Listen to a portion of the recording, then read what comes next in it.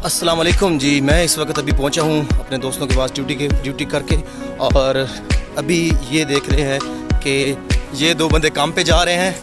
ये बंदे पहले लेटे हुए थे, अभी इनको काम पड़ गया है। और यहाँ पे अब हमारी कुकिंग का जो है वो सारा सामान पड़ा हुआ है।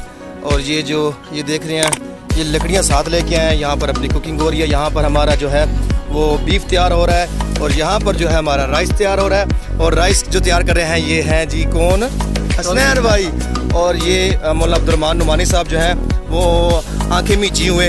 और ये हमारे कूलर का जुगाड़ देखे कैसा हमने कैसा हवा में मुअल्लक किया हुआ है। इस कूलर को देखें, हवा के अंदर मुअल्लक है। वो वाह, क्या बात है, क्या बात है। और ये हारून भाई, और ये शमशेर भाई, मुझे नाम नहीं आता, नुमान भाई और फात भाई। और ये देख रहे हैं यहाँ पर बिल्कुल ऐसा सामान